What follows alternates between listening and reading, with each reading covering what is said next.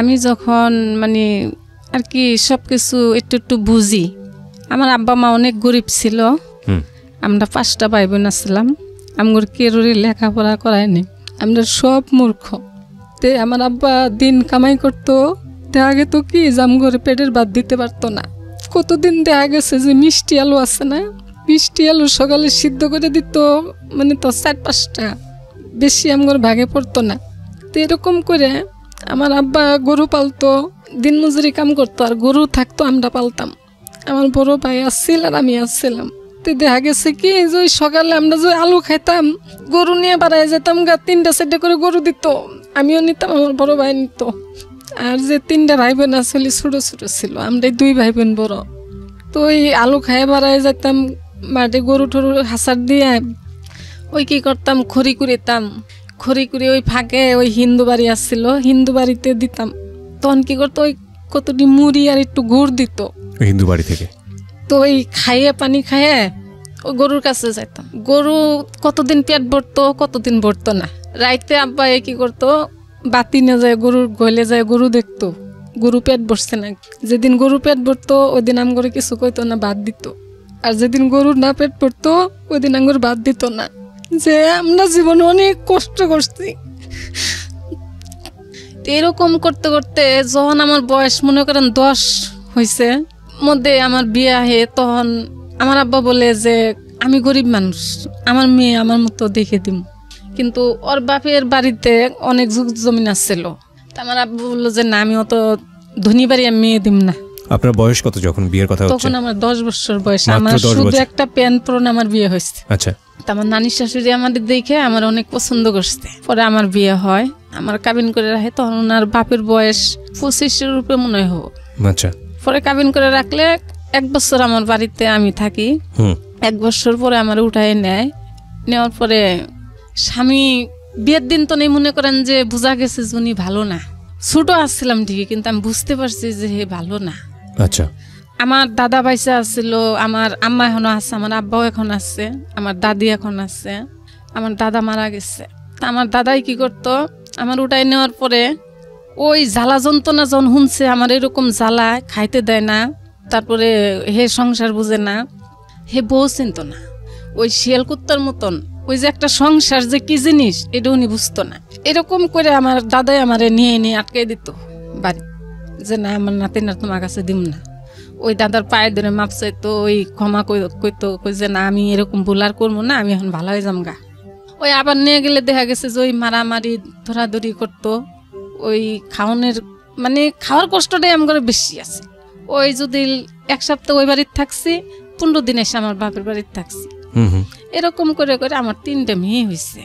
আমার 3টে মেয়ে হওয়ার পরে আমার শাশুড়ি আমার 2 চোখকেও দেখতে পারতো না। আচ্ছা। মানে আমার ভাসুরের 3টে ছেলে হয়েছে, আমার 3টে মেয়ে হয়েছে। তো এরকম করতে করতে আমার এমন অত্যাচার করতো যে খেতা সিলাই কন, হাঁস মুরগি পালা কন, ছাগল পালা কন, এই যে মানুষে মরিচের টাল দাম গো দেশে 10 টাকা বস্তা মরিচ তোলা কন, মানুষের কাজ করা কন, আমি সব করছি আমার জীবনে।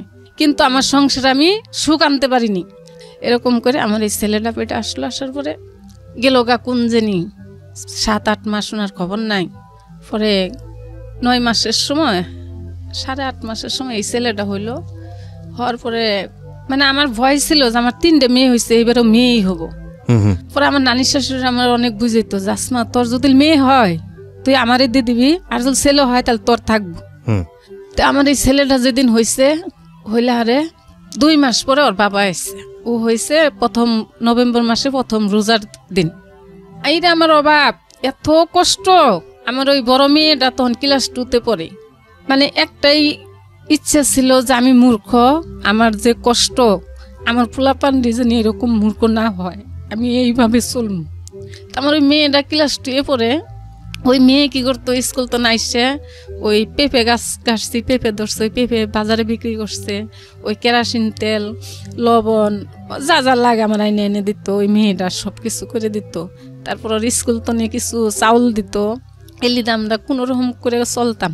চলতে চলতে জমা জমিন এমন অবস্থা হইল যে ওর বাপ চাচা যেটা সবাই মিলে জুত জমিন সব বেচছে ঠেচছে, দাদা বাইসে বাপ বাইসে থাকতেই ছেলেরা জমিন বেচে লাইলো বাপের মানে অজ্ঞান অবস্থা করে লাইলার। আমি পরে বললাম যে সবারই তো যাই কিছু হোক আসছে, কিন্তু আমার তো স্বামী ভালো না, আমার তো কিছু নাই, কিন্তু আমার যে 3টে পোলাপান আছে আমি এই পোলাপান নিয়ে কই যাব, আমার আব্বা মারও কিছু নেই।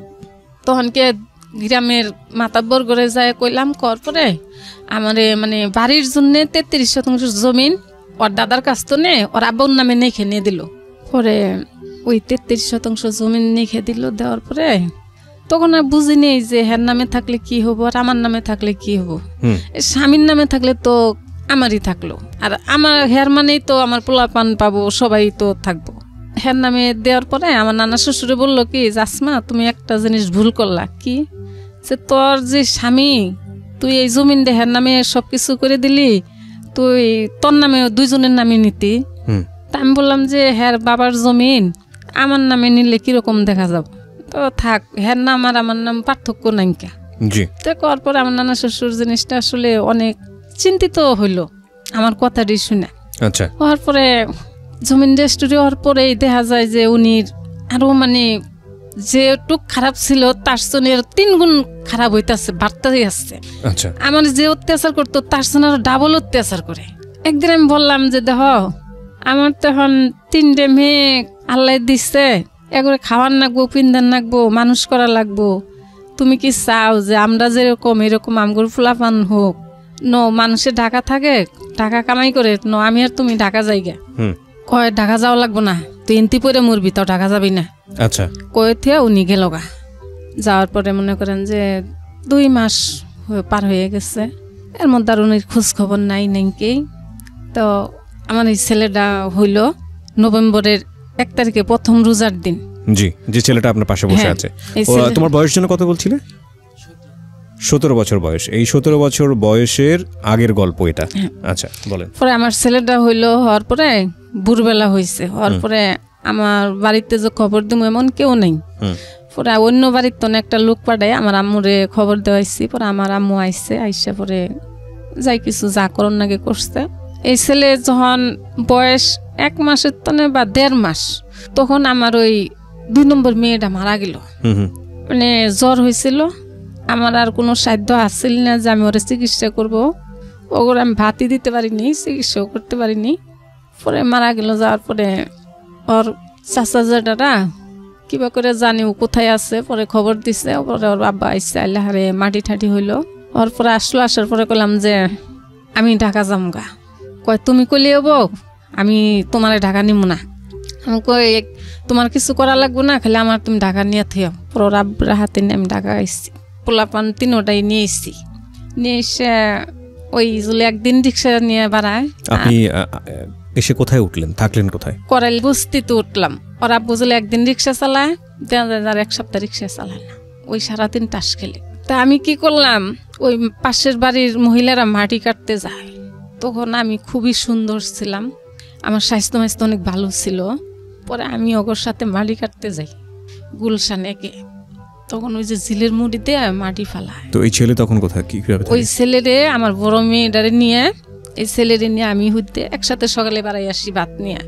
ওই ঝিল পারে ওরে হইতে ওই মেয়েটার ওষুধ দিয়ে থুয়ে আমি মাটি কাটি।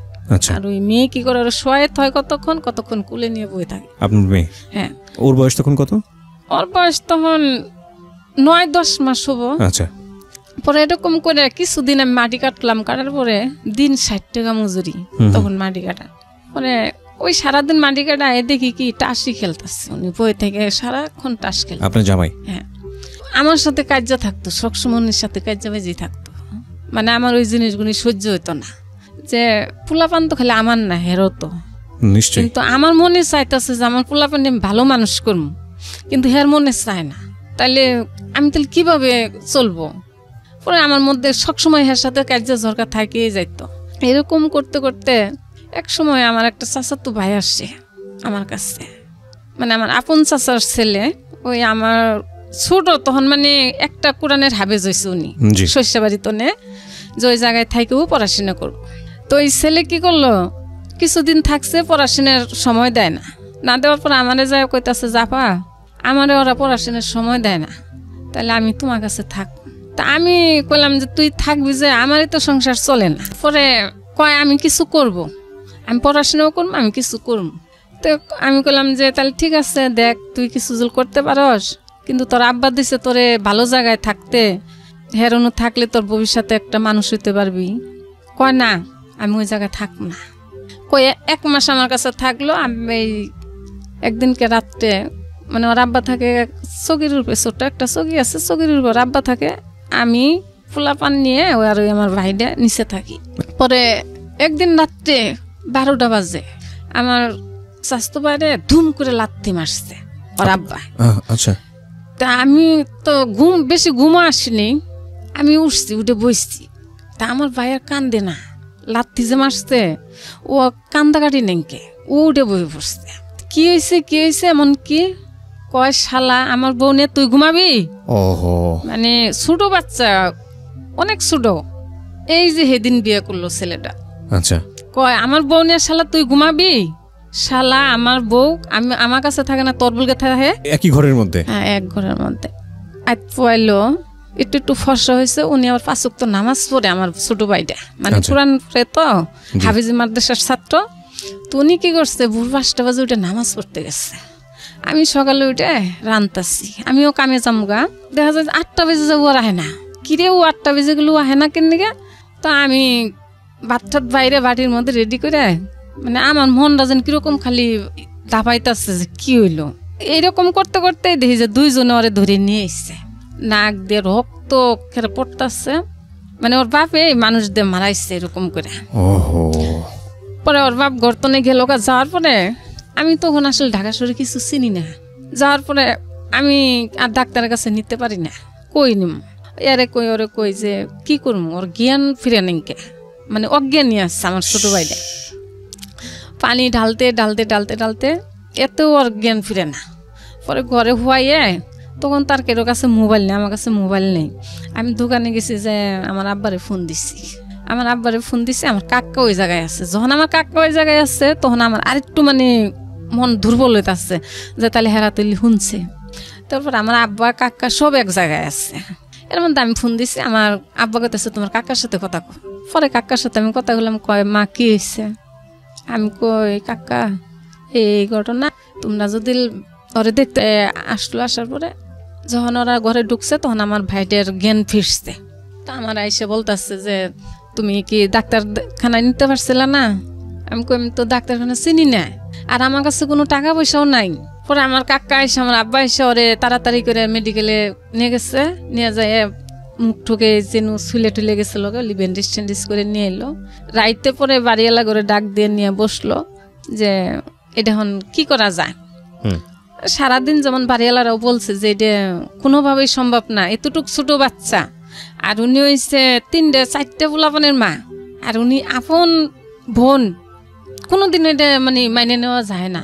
পরে আমার আব্বার আমার কাকারে পরে বললো যে দেখেন, যে কথা বলছে আর যা করছে, এর বিচার আপনার এলাকার ছেলে, আপনি এলাকায় যাই করতে পারবেন, ঢাকা শহরে কোনো বিচার হবে না। তো আমার কাকা আমার আব্বা এরা বললো যে আমার ছেলেরে মেরে হালাই দেন দুশ্চিল, তাহলে আমার মেয়েও তো মেরে হালাই দিব, ওর তো কোনো মেরে আটকিব না, যাক আমার মেয়েও এনে থাকবো না, আমার ছেলেও এনে থাকবো না। পরে আমারে 2 মাসের গর্বার আমার কাকা দিল, দিয়ে আমাদের সহ পোলাপান সহ নিয়ে গেল গা। নিয়ে যাওয়ার পরে আমি আমার বাপের বাড়িতে থাকি, আমি হিন্তনে, ওনার সাথে আমার কথা বন্ধ। আমার বাপের বাড়িতে থাকি, এর কাছে খবর পাঠায়, ওর কাছে খবর পাঠায়, আমি বাড়িতে যাবো না। তা আমার কথা হইলো যে আমি তো আনিসের বউ, আমি তোমার কাছে যাবো কেন? আর তুমি যদি আমার নেও, তাহলে তুমি মিল হও আগে, তুমি গার্জেন নিয়ে মিল হয়ে তারপর আমার নিবা। না, উনি কোনো মিল হবো না, উনি ওইভাবে যাব না, উনি আমারে নিব না, মানে ইয়ার মুখে যখন যেটা আসরি বলে। তো এরকম করতে করতে আমি বেশ কিছুদিন বাড়িতে থাকলাম। থাকার পরে আমি হালকা হালকা চিন্তা করি যে আমার একটা মেয়ে মরে গেছে গা, আর 3টে বাচ্চা আছে, আমার বাপ মা নয় খাওয়াটা দিব, কিন্তু ওকে কাপড় চুপড় পড়াশোনা এটি কে করাবো? আমি যদি ঘরে বয়ে থাকি, তাহলে তো আর আমার মতোই হবো সব। তো একদিন আমি ভোর 5টা বাজে উঠছি, ওটা আমার আম্মা কিছু টাকা রাখছিল এক জায়গায়, আমি দেখছি। দেখার পরে আমি ওই জায়গাতে 500 টাকা নিচ্ছি, নিয়ে পুষ মাঘ মাসের শীতের মধ্যে আমি একটা কাপড় পরে আমি ঢাকা দিক রওনা হইলাম একা। আমার দাদিরে কই আসলাম। তখন ছেলে মেয়েগুলো কি আপনার সঙ্গে ছিল না? আমি বাড়িতে আমার আব্বা মার কাছে রাইখা এলাম। আচ্ছা, মানে পোলাপান ফেলাই ঠেলাই থুয়ে আমি খালি একা এসে পড়লাম ঢাকা। আচ্ছা, ওই সময়টাতে আপনার জামাই কি ঢাকাতেই থাকতো? হ্যাঁ, উনি ঢাকায় থাকতো। কি করতো উনি? উনি ওই যে মাঝে মাঝে রিক্সা চালাইতো। মাঝে মাঝে রিক্সা চালাতো। আচ্ছা। পরে ঢাকা আসলাম, আমার ভাই, আমার ছোট ভাই আমার সমানে মানে ই করতেছে, বিষাইতেছে ওরা। আমি যে বাড়াইছি কেউ জানে না, আমি অন্ধকারে বাড়াই আসি। বাড়াই আসি আর মানে চোখের পানি ধরে রাখতে পারতাছি না যে আমি কিভাবে কোথায় যাব। তো আমগরে বাড়ির অনুকার একটা লোক ছিল, এর সাথে আমি দোকানে ফোনে কথা বললাম, বললে কইলাম যে আমি তো ঢাকা আসতেছি, তাহলে আমারে একটু জায়গা দেবা। জি। পরে উনি আমার বললো যে তুমি আসো, তোমারে আমি দেখব। পরে আসলাম, আইসে আমি টিভি গেট, ওই যে মসজিদ পাড়া, মহাখালী মসজিদ পাড়া অন্য একটা বস্তি আছে 7 তলার, ওই বস্তিতে উঠলাম। ওকে। ওঠার পরে আমার উনি একটা কাজের লোক ঠিক করে দিল, 5 জন মানুষের পাক আমারে নিয়ে দিল, মেসে রান্দা। তো আমি ওই সকালে আইনে আমার দিয়ে যাইতো, আবার দুপুরে নিয়ে যাইতো, আবার বিকেলে দিয়ে যাইতো, আবার নিয়ে যাইতো। এরকম করে ওই বেটি আমারে উপকার করতো। আচ্ছা। তো এরকম করে কাম করলাম 1 মাস। করার পরে দেখা গেল পরের মাসে আমার 20-25 জন লোক হইলো আমার। বাহ। তো আমি কাজ করি, কাজ করতে করতে একদিন আমার হঠাৎ করে রাস্তার মধ্যে 4-5 জন পোলাপান নিয়ে আমার আটকাইলো। আপনার জামাই? হ্যাঁ, আটকাইছে। মানে উনি রিক্সা চালাইতে, আমি দোকানে গেছিলাম, আমারে দেখছে, তা আমার আটকাইছে। আটকানোর পরে যখন আমার বেশি চাপ সৃষ্টি করছে, আমি তখন বলছি যে আমি চিনি না, আমার চিনতে গেলে আমার বাড়ির যাও, আমার বাবা মা যেদিন আমার বলবো আমি ওই দিন যাম, এর আগে আমি যাব না। উনি আমার বলতেছে যে তুই আমার বউ, আমি তোরে এখন ইচ্ছা করলে আমি ওটাই নিয়ে যাম গা, যে তুই যদি আমার পারসতে নিয়ে যা, আমি যাব না। তো যখন আমার শেষ রিক্সা উড়ান ধরছে, তখন ওই যে আমি যেই মেসটাতে কাজ করতাম, ওই মেসের মানে ওই যে পাবলিক হলের মেস আছে মহাখালী, ওই মেসে আমি কাজ করতাম। ওরা মানে দেখছিল, আমি দোকানে গেছি যে আইতাছি, যে ওরা দেখছে, একজনে দেখে যখন আমার আটকাইছে, তখন উনি যায় আবার হ্যাঁ বলছে, চাকরি আমি কাজ করি, তাগর বলছে যে এই ঘটনা। পরে ওরা বাড়াই গেছে, যাওয়ার পরে কি হয়েছে এই হয়েছে। পরে তখন কয় শালা তোর বইলে তোর বাড়িঘর নাই, তোর রাস্তার মধ্যে বইছে, তোর বউ যদি হয় তুই ঢাকা শহর, তোর বাসা বাড়ি নাই, তুই হেনু যা, তুই এনুকে রাস্তার মধ্যে কে কয়ে মানে ওরে মায়েরও দিছে কিছু, দেওয়ার পরে গেছে গা। যাওয়ার পরে আমি কাজ করি, করতে করতে 2-4 দিন পর পরে আমার সাথে বিরক্ত করে, করতে করতে একদিন পোলাপানের আমি বললাম যে 7 তলার পোলাপানের বললাম যে আমি এরকম 3টা পোলাপান নিয়ে আমি কাজ করে পোলাপান চালাইতেছি, কিন্তু আমার এই লোকটা আমার অনেক অত্যাচার করে, আমি কাজ করতে পারতেছি না। পরে কইলো যে কোন লোক আমার দেখাই দিয়েন। তা আমি দেখাইছিলাম।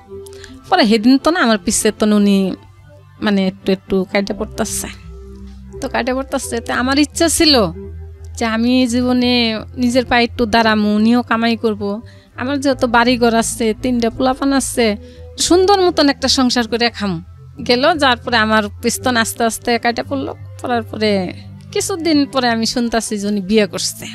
আমি কারোরই কিছুই বলিনি, মানে আমার মনে ওই দিন তো আরো ঘিনে হয়ে গেছে গা। বিয়ে আসলো, আমার আব্বা বললো তোমার তো 3টা বাচ্চা কাচ্চা, তুমি তো নিজেই চলতে পারবা না, তাহলে এখন যদি একজনে তোমার মেয়েটার পছন্দ করে নেয় এটাই ভালো, নাকি যখন শরীরে একটা দাগ পড়বো তখন তুমি বিয়ে দিতে পারবা? তা আমি বললাম যে বিয়ের বয়স তো হয় নাই, কেবল 11-12 বছর বয়স, বিয়ের বয়স তো হয়নি। তো আপনারা ভালো করে আগে দেখেন ছেলে কি করে দেখেন। তো ছেলে দেখতে খুব সুন্দর। আপনার মেয়ের যে বয়স বিয়ে দিচ্ছেন, মেয়ের তখন বয়স কত? তখন 11। এত অল্প বয়সে বিয়ে দিচ্ছেন? হ্যাঁ। ওনাদেরকে পড়াশোনা করাননি? ওই যে ক্লাস 7 পর্যন্ত পড়াশোনা। আচ্ছা। পরে আমি যখন আব্বা মার সাথে না পারতাছি, যে আব্বা মা তো এত কষ্ট করে এগোরে দেখছে, আব্বা মারে কিভাবে কষ্ট দিব, যে না, মানে ওই সময় পর্যন্ত উনি আপনার বাবা মায়ের কাছেই বড় হয়েছে? হ্যাঁ। আচ্ছা। তো যাক, আমার বড় মেয়ের বিয়ে ঠিক হয়ে গেল। 30,000 টাকা নগদ দিতে হবো, যৌতুক? হ্যাঁ, আমগো দেশে যৌতুক ছাড়া বিয়ে হয় না। আচ্ছা। তো আমার নাই দিকে কম নিচ্ছে। পরে 30,000 টাকা দেওয়া লাগবে। তখন আমার কাছে কোনো টাকা পয়সা ছিল না। 1 লাখ টাকার উপরে আমি ঋণ হইলাম, ওই মেয়ে বিয়ে দিতে যায় ঋণ হইলাম। হওয়ার পরে বিয়ে টিয়ে পার করে আমি মহাখালী আসলাম। আবার আইসে তো মহাখালী আমি যে কামাই করি তাতে পোলাপান নিয়ে নিজের চলাই আই থাকে না। পরে উন্তনে আমি মিরপুরে আসলাম 12 নম্বর মহাখালীতনে 12 নম্বর আসলাম। আমাদের এলাকার একটা লোক ছিল, হের কাছে আসলাম। আইসে হের কাছে আমি থাকবো, তো 1 মাস হের কাছে থাকলাম। আমি 1 মাস থাকার পরে হেগর যে পরিবেশ, হের 2টা মেয়ে ছিল, একটা ছেলে ছিল। তো হের মেয়ে ছেলে অনেক মানে বিচ্ছিরি আছিল, ভালো ছিল না। বিশ্রী বলতে মানে কি পরিবেশটা ভালো ছিল না, তাই তো? ভালো ছিল না, মানে ওরা সব দিক দিয়ে নোংরা ছিল। পরে আমি ওকে কাজতনে সরে গেলাম। যাওয়ার পরে একটা মহিলার সাথে আমার মতোই কাজ করে, এর সাথে আমি থাকবো। পরে আমার মাসে 600 টাকা দেওয়া লাগবো, তাও খালি রাইতে ঘুমাইতে হবো, দিনে যাওয়া যাব না। বাসায় আমার দিনে যাইতে দেবো না, শুধু রাতের বেলা ঘুমাতে পারবেন। মানে রাত্রে উনি থাকবো, আমারে থাকতে দেবো, দিনে উনি থাকবো না, আমারও থাকতে দেবো না। পরে ওই সারাদিন আমি কাজ করি, ওই যেন কাজ করি বয়ে থাকি। তো ওই দেখা গেল কি যে আমি ওই ভোর 5টায় যে বাড়াই আসছি, রাত 10টা 11টা পর্যন্ত আমি কাজ করি। তখন আমার শরীরটা এত মানে যেমন মনটা আমার শক্ত ছিল, তখন আমার শরীরটা অনেক ভালো ছিল। আপনার এই ছেলের বয়স কত তখন? তখন আমার ছেলের বয়স 6-7 বছর। হ্যাঁ। আচ্ছা রাশেদ, অনুষ্ঠান শুরুর সময় তোমাকে আমি জিজ্ঞেস করছিলাম যে তুমি এগুলো জানো কিনা, তোমার মা যে কথাগুলো বলছে এগুলো কি তুমি জানো? এখন যেগুলো যতটুকু এখানে বলেছে আমি শুনছিলাম নানা নানির কাছে, কিন্তু এতটা শুনিনি। এতটা শোনো নাই? শুধু শুনছিলাম যে আমার আব্বু আমার মাকে অনেক মারধর করছে, এই পর্যন্ত। এই জন্যই তুমি, বাট এই 6-7 বছরে তোমার মা যে একটা মানুষের বাসায় শুধু রাতের বেলা থাকার জন্য 600 টাকা দিত এবং এই যে সারাদিন যে এই পরিশ্রমগুলো করতো, এগুলো তো তুমি কখনো জানো না, মানে আজকেই প্রথম জানছো এই অনুষ্ঠানে? জি না, আম্মু কাজ করছে সেটা জানি, বাট এইরকম বিস্তারিত জানা হয়নি। জি না। এটা আজকে রাশেদ এবং তার মা, আপনার নাম তো আসমা? হ্যাঁ, আমার নাম আসমা। রাশেদ এবং তার মা আসমা বেগমের যেই গল্পটা এখানে তুলে নিয়ে আসছি আমরা, সেখানে একটা ইন্টারেস্টিং ফাইন্ডিং শেষ পর্যন্ত বের হবে। হতে পারে একটা খুব সহজ সরল সাধারণ গ্রামীণ জীবনের একটা খেটে খাওয়া যুদ্ধজয়ী, মানে জীবন যুদ্ধজয়ী একটা মানুষের, একটা মেয়ের, একটা মহিলার গল্প। কিন্তু আমি এই গল্পটাকে দেখানোর চেষ্টা করছি যে মা এবং ছেলের সম্পর্ক। একটা ছেলে, তার মা, যে মা সংসার চলে গেল, হাজব্যান্ড চলে গেল, কিন্তু 3-4টা বাচ্চা তাদেরকে ছাড়লো না এবং এদেরকে মানুষ করার জন্যে ঢাকা শহরে কি অমানবিক জীবনযাপন করছে। এবং ইন্টারেস্টিং বিষয় শেষের দিকে এসে আপনারা পাবেন, এই ছেলেটা এখন 17 বছর বয়সে পড়াশোনা করছে কলেজে, এবং ওর মা যে কি করেছে ওদের জন্য সেটা সে জানে না। এই যে না জানার বিষয়টা, এই না জানার বিষয়টা কিন্তু আমাদের প্রত্যেকের জীবনেই আছে। আমরা শুধু আজকের এই গল্পটাকে রাশেদ কিংবা আসমা এই গল্পের সমীকরণে না দেখি। আমাদেরকে মানুষ করার জন্যে আমাদের মারা, আমাদের বাবারা কি পরিমাণ কষ্ট করেন, কি ভয়ানক রকমের রিস্ক নেন, কি ভয়ানক রকমের মানসিক প্রেশারের মধ্যে দিয়ে যান নিজের সন্তানকে খুশি করার জন্য। 2-1জন থাকেন ব্যতিক্রম, সেটা অন্য হিসাব।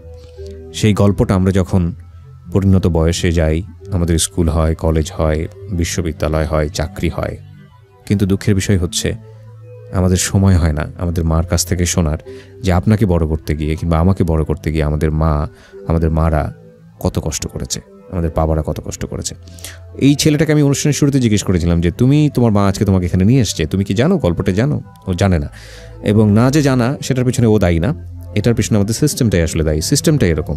আমরা একটু সামনের দিকে আরেকটু আগাই, আমরা জানি না এই গল্পটা কোথায় গিয়ে দাঁড়াবে এবং শেষ কোথায় কী হতে পারে। আর আপনাদের সবাইকে বলছি, আপনারা যদি এই অনুষ্ঠানে অংশগ্রহণ করতে চান, গল্প যে কোনো রকমের হতে পারে, এটা একটা খুবই ওপেন প্ল্যাটফর্ম, এবং সেজন্য আপনাকে যেটা করতে হবে, আমাদেরকে ফোন করতে হবে। আমাদের ফোন নাম্বারটি হচ্ছে 09611904 আমি আবারও বলছি 09611904 এখানে ফোন করার পরে আপনি আপনার নাম এবং সেল নাম্বারটি স্পষ্ট করে বলবেন, এবং তারপর যে ডিরেকশনটা আপনি পাবেন সেই অনুসারে আপনি আপনার গল্পটি রেকর্ড করবেন। জি, আমরা আসমা বেগম আন্টি বলি আপনাকে। যেখানে আমরা ছিলাম সারা রাত 10টা পর্যন্ত আপনি বাইরে মানুষের বাসায় কাজ করতেন। আমি ওই ভোর 5টা বাজে বাড়াই রাতের 10টা, 10:30, 11টার কাম শেষ করি। আমার শরীরে কোনো দিন কয় নাই যে আমি কাজ করতেছি।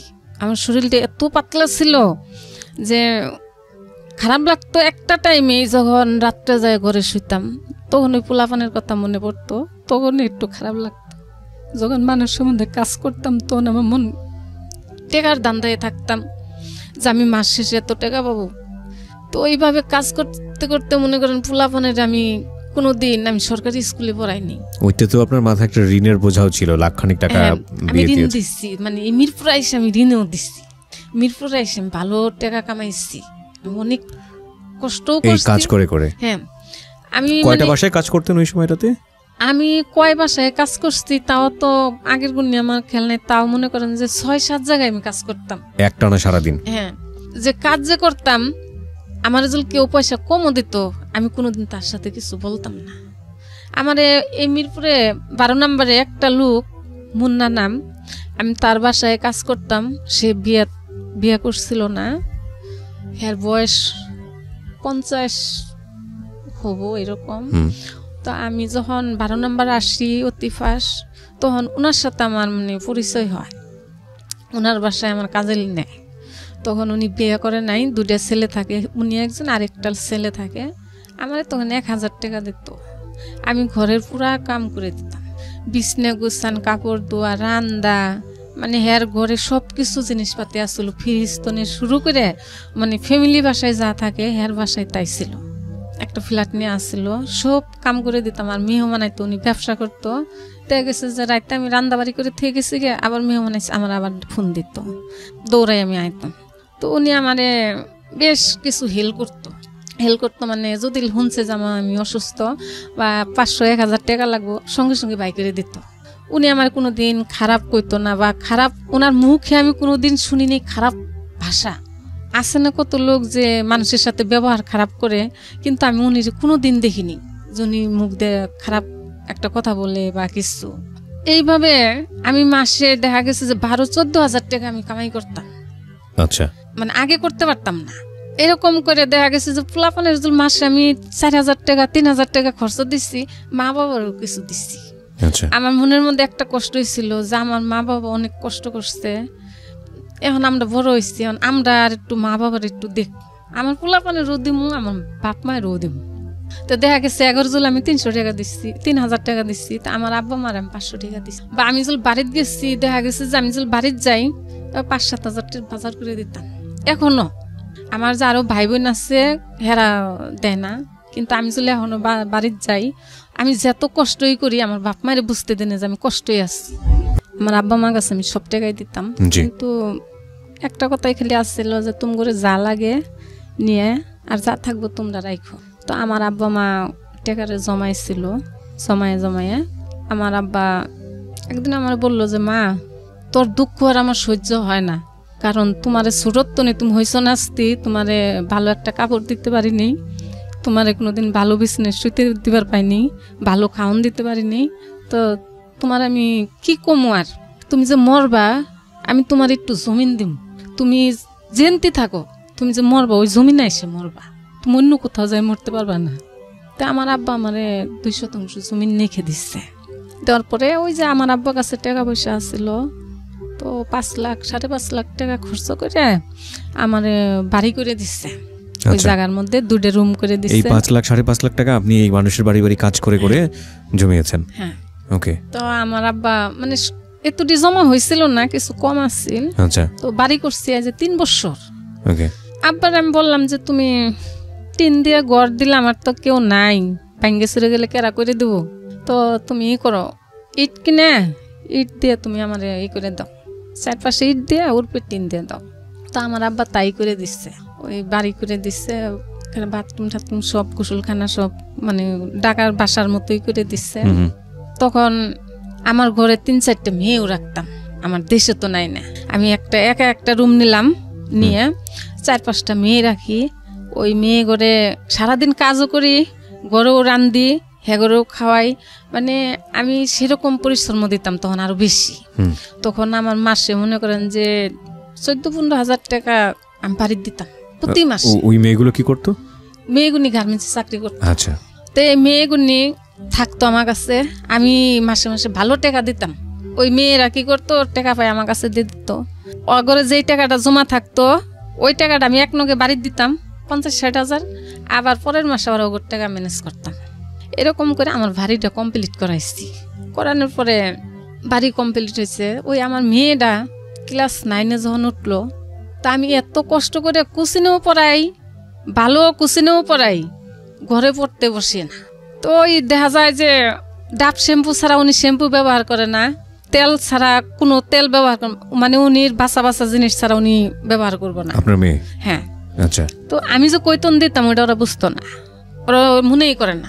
ওরা মনে করে যে ওরা বড় লোকের মেয়ে, ওরা এরকম করে চলে।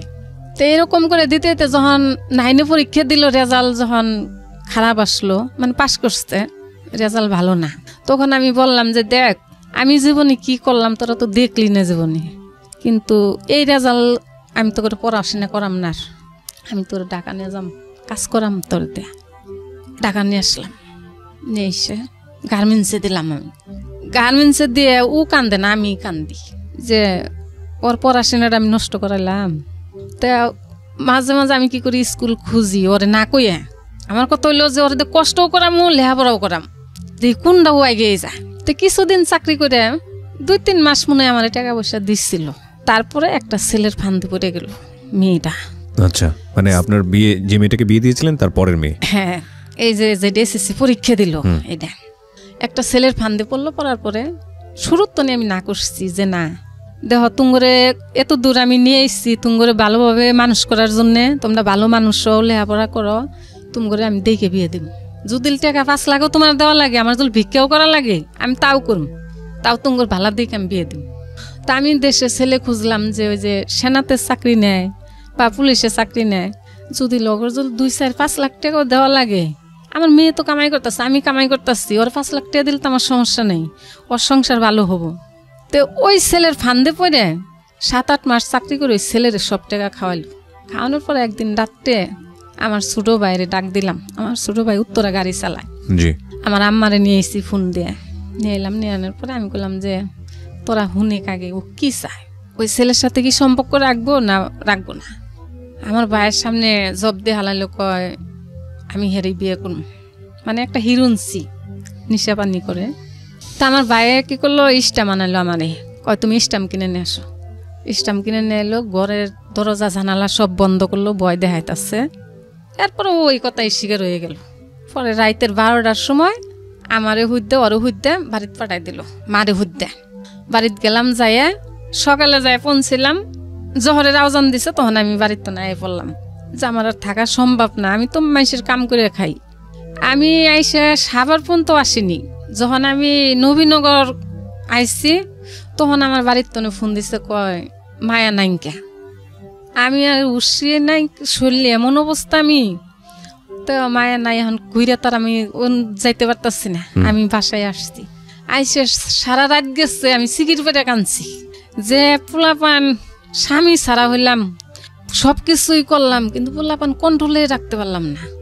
বাপ মায়ের টাকা দিলাম, পয়সা দিলাম, কিন্তু বাপ মা আমার পোলাপানটি মানুষ বানাইতে পারলো না। তো এলি দুঃখ করে আমি কান্দিছি। কান্দার পরে অনেকগুলো ডাইমেনশন আছে আজকের এই গল্পের, অনেকগুলো। এবং আমি যাব আপনার কাছে, বিরতিতে যাওয়ার আগে একটু একটা কথা বলতে চাই। ডাইমেনশনগুলো হচ্ছে এরকম যে এই ভদ্রমহিলার জায়গাটা থেকে দেখেন, উনি কোনো কমতি রাখেনি, ওনার যে সামর্থ্য ছিল সেই সামর্থ্যের চূড়ান্ত পর্যায়ে চলে গেছেন।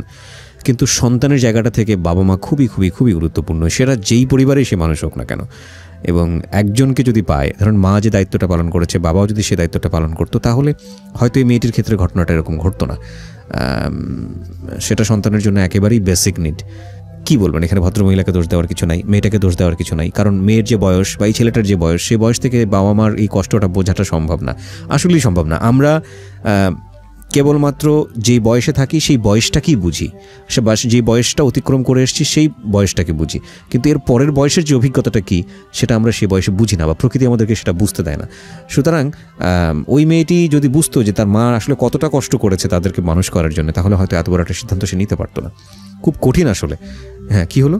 পরের দিন সারাদিন আমি আর কাজে যাইনি, না যাই ওর যেন বান্ধবী আছে সব জায়গায় ঘুরছি। ঘুরতে ঘুরতে আমার বড় মেয়ে আসছিল সাবান, ওরে ফোন দিয়ে আনছি, আইনে ওরে নিয়ে খুঁজছি। খুঁজতে খুঁজতে না কোথাও পাইনি। যখন আসরের আজান দিছে তখন ওর একটা বান্ধবী আসছে, 11 নম্বর বাজারের জায়গায় থাকে। তাই কইতাছে, কয় আন্টি আপনি একটু আমাকে বাসায় যাবেন? কই কে? কয় দরকার আছে। তা আমার মেয়ে কইতাছে, কয় মা মায়া ওগো বাসায় আসছে। বড় মেয়ে কি মানে তখন আপনার সঙ্গে? মানে আমি ওরে ফোন করে নিয়ে এসেছি আচ্ছা আচ্ছা, ওকে, অশান্তির জন্য। পরে যাইতে যাইতে মাগরিবের আওয়াজান পড়ে গেলাম, যাই দেখি যে আসলে আছো এই বাসায়। পরে ওই বাসার সবাই মানে বুঝেছে ওরে যে মা তো মা এত কষ্ট করে তোমার মানুষ করছে, কিন্তু মার তোমরা যে অবস্থা করো এটা তো ঠিক না, তুমি তো পড়ার মায়েরও তো এটা করতে পারলাম না, তুমি নিজের মারে যা করতেছ। তো সবাই বুঝে ঠুইছে। পরে আমারে কই দিল জরে যেন বাসায় নিয়ে মারেন না। ওরে বাসায় সবার কাছ থেকে কই ঠই নিয়ে এলাম, নিয়ে আহেরা বাসায় এনে ওর কিচ্ছু কইনি। যেমন কালকে বেতন পাবো, এটা আজকের ঘটনা। তো রাইতে আমি বুঝাইলাম যে মা, আমার বাড়িতে এরকম ঘর দরজা দিতেছি, টাকা পয়সার খুব প্রয়োজন, কিছু ঋণ আসছি, বেতন পাই যেন কারোর দেও না, বেতন ঘরে নিয়ে এসো। ও বেতন পাইতো 12-14 হাজার টাকা করে বেতন পাইতো গার্মেন্টসে। আজকে রাইতে এই কথাবার্তা, কালকেও বেতন পাবো। ওরা আবার ওই যে ডাচ বাংলার মাধ্যমে টাকা উড়ায়, তো টাকা উড়াইয়া ছেলেরে দিতে আসছে সব 13,000 না কত হাজার টাকা দিয়েছে। আচ্ছা, দিয়ে যখন ঘরে আসছে ওই দিনকে আমি ওর পিটুন দিচ্ছি, মানে হাত পা বাইন্দে ঝাড়ু দিয়ে পিটাইছিলাম।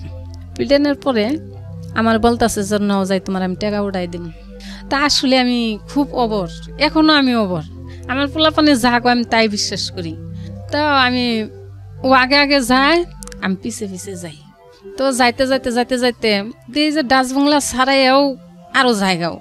তা আমি কই এই তুই ওইদিক যাস কে, এই যে এনতনে টাকা উঠায় মানছে, তুই অত দূর যাইতেছস কে? ওই যে সামনে তো উঠাম। তো এই সামনে কইতে কইতে আমারে মনে করেন যে পল্লবী থানার মধ্যে যাই ও দাঁড়াইছে, এর আগে ও আর দাঁড়ায়নি। তো ও যখন থানার মধ্যে গেছে আমি তো আর জানি না যে ও আমারে কি করবো। তা আমিও গেছি, ও যায় দাঁড়াইছে, ও তো আমারে নেওয়ার জন্য দাঁড়াই আছে। তা আমিও গেছি, যাওয়ার পরে পুলিশের বলতেছে কয় এই মহিলার কাছে আমি আর থাকতে চাই না। কেন, তোমার কি হয়? কয় আগে মা আসলে এখন আমার মাও না, আমি এই মহিলার চিনি না, এই মহিলা খুব অত্যাচারী, এই মহিলার আমি বেতন পাই টাকা দেই, মহিলা কয় যে আমার এই টাকাই হবো না, আপনি গরজল কোনো আশ্রম থাকে তা আমারে দেন, আমি ওই জায়গায় থাকবো। তখন পুলিশে কইতাছে কয় তোমার তো সেই বয়স নেই, আশ্রমে থাকার বয়স নেই, তোমার তো সেই বয়স নেই। আপনাকে কিছু জিজ্ঞেস করলো না? হ্যাঁ, আমার জিজ্ঞেস করছে। পরে কয় পরে বলতাছে পুলিশে যে তোমার তো সেই বয়স নাই কে, তুমি যে আশ্রমে থাকবা, তুমি তো নিজের মার কাছেই থাকতে পারতেছ না, তাহলে তুমি আশ্রমে কিভাবে থাকবা? পরে আমারে জিজ্ঞেস করলো যে আপনার কি হয়? যে আমার মেয়ে। আপনার মেয়ে যা কইছে কি সত্যি? আমি কই সত্যি আর মিথ্যা, আপনি যেটা কবেন আমি ওটাই মাইনে নেব, কারণ আমার করার কিছু নাই। তো এই ছেলের সাথে সম্পর্ক দেখে আমি মার দিচ্ছিলাম, এটা সঠিক। পরে আমার ওখানে আটকে রাখছে থানাতে আটকে রাখছে। পরে কয় আপনার পরিচিত কে আছে তারে ফোন দেন, হে সামনে নিয়ে যাও। তা আমার আর পরিচিত এমন কেউ নাই। ওই যে মুন্না ভাইয়ের কথা বললাম, ওই মুন্না ভাই আমার পরিচিত, তাছাড়া আমার কোনো পরিচিত কোনো লোক নেই। পরে মুন্না ভাই আমি ফোন দিচ্ছি, বললাম যে এরকম মায়া যে আমার থানার মধ্যে নিয়ে এসছে, তো পুলিশে যাবার দিতেছে না, আপনি আহেন। পরে মুন্না ভাই আসলে পুলিশে দেখে কয় যে আপনার লোক, যে হ্যাঁ, আপনি নিয়ে যান, আপনি যেটা বিচার করেন। পুলিশ বলছে না? হ্যাঁ। পরে নিয়ে আসলো মুন্না ভাই, আমার বাইকেরে নিয়ে আসার পরে আমারে বললো যে তুমি বাসায় যাও, আর মায়ারে হি হাতে করে হের বাসায় নিয়ে গেল। নিয়ে যাওয়ার পরে হের বউ আমারে পীরের মতো ভালো জানে, মুন্না ভাইয়ের বউ আমার অনেক ভালো জানে। পরে মুন্না ভাইয়ের বউ অনেক বুঝে দেখছে যে ওর সাথে পারা যাব না, মেয়েটার সঙ্গে, আপনার মেয়ের সঙ্গে। হ্যাঁ, ও যা কয় এরা মানে কোনোভাবেই মানে গ্রহণযোগ্য না, ওর কথা গুননি। পরে মুন্না ভাই রাত্রে আমগো বাসায় আসলো, আসিয়া পরে কইলো যে দেখ তোমার ছেলে মেয়ে একটা মানুষ না, কারণ তোমারে জেলেও ঢুকাইতে পারে, তুমি ওগুলো কিছু কইও না, আর তুমি ওগুলো বাড়িতে পাঠাইতো। বিরতি নেব আরেকটা। প্রিয় শ্রোতা, ছোট্ট একটা বিরতি। প্রত্যেকটা মানুষের জায়গাটা থেকে সিচুয়েশনকে ব্যাখ্যা করাটা তার মতো করে অ্যাফার্মেশন। উন্মুক্ততে ভর্তি করাই দিছিলাম আমি। আচ্ছা, মানে এই ঘটনার আগে? হ্যাঁ, ঘটনার আগে, মানে পড়াশোনা করুক উন্মুক্ততে, পাশাপাশি সে কাজও করুক। আমি উন্মুক্ততে ভর্তি করাই দিছিলাম। আচ্ছা, তারপর উন্মুক্ততে মানে 9 পরীক্ষা দিয়ে হাইরে 9 পরীক্ষা মানে ভর্তির পরেই এই ঘটনা। আচ্ছা, পরে বাড়িতে পাঠাই দিলাম। দেওয়ার পরে আমার ভাইয়ে ওরে সবকিছু মাইনে নিল যে তুমি আজকে তো না আমার কথা শুনবা, আমি তোমার মামা না, আমি তোমার বন্ধু, তোমার যখন যেটার প্রয়োজন পড়বো তুমি আমারে বলবা, তোমার মারে বলার দরকার নেই। তো কিছুদিন থাকলা হারে পরীক্ষা আসলো। পরীক্ষার সময় আমার বোনের বাসার তো পরীক্ষা দিল। আমার ভাই খাওয়ার টাকা 2 মাস যে থেকে পরীক্ষা দিছে, খাওয়ার টাকা দিচ্ছে, তারপরে ফরেন ক্লাবের টাকা দিচ্ছে, আমি দিইনি। না দেওয়ার পরে আমার ভাই দিচ্ছে, দেওয়ার পরে আমার ভাই আবার কাপড় চোপড় কিনে দিচ্ছে, তেল সাবান দিচ্ছে। বউ তো হয়েছে পড়ার মেয়ে, তো বোনের মেয়েরা যদি এত কিছু দেয়, বউয়ের তো অবশ্যই খারাপ লাগার কথা। এমনকি যুগ হয়েছে খারাপ, তো বউয়ের সাথে একটু গন্ডগোল মনোমালিন্য হয়েছে বিষয়টা নিয়ে। আচ্ছা, ওই লাহারে বউয়ে আবার এমন একটা পেঁচ লাগাই দিচ্ছে যে মায়া ফোনে কার সাথে কথা কইছে। তা আমার ভাই খুব রাগী মানুষ, হেনতনে ওর সাথে কথা কওয়া বন্ধ। যে আমি ওরে এত বুঝাইলাম, এত কিছু করতেছি, করার পরেও আমার কথারও বাধ্যতা হইলো, তাহলে তো ও তো মানুষ হবো না। তো আমার ভাই তখন আমার পিছিয়ে গেল গা। যাওয়ার পর আমি বাড়িতে গেছি, আমার কথা আছে যে মা, আমি তো সামনে আমার মেট্রিক পরীক্ষা, তো তুমি আমার নিয়ে যাও, আমি চাকরি করবো আর পড়াশোনা করবো, আমি আর এরকম করবো না। তা আমার বড় মেয়ে আমার না করলো, কয় না মা, ওরে নিয়ে যাও না, ও কিন্তু কালসাপ, ও কিন্তু তোমার কথা মানবো না। তা আমি ওরে নিয়ে আসলাম। নিয়ে আসার পরে গেছে বছর নিয়েছি, বাড়িতে যখন 8 পরীক্ষা দিয়েছে রাশেদকে, হ্যাঁ, তখন ওরা আইনে 9 আমি জার্মান টেকনিক্যালে ভর্তি করাইছি। ওরাও নিয়ে আসলাম যে আমি জীবনে এত কষ্ট করলাম, ওরা আমার মূল্য দেয় না, কি করি তাও দেখে না। কিন্তু ওরা যখন আমার কাছে নিয়ামু, ওরা যখন আমার দেখবো, তখন ওর মধ্যে একটা মায়া বসবো। তখন আমার সবাই না করছে, কয় ওর নেও না, ওর নিলে আরো সমস্যা হবো, কথা শুনবো না, ঢাকা শহর ভালো না। তা আমি কইছি যে না, আমার কাছে থাকলে কোনো সমস্যা হবো না। আমি আইনে জার্মান টেকনিক্যাল ওরা ভর্তি করাইলাম। করানোর পরে ওরে আমি ঘরে টিচার দিলাম, মায়ারে নিয়ে আসলাম।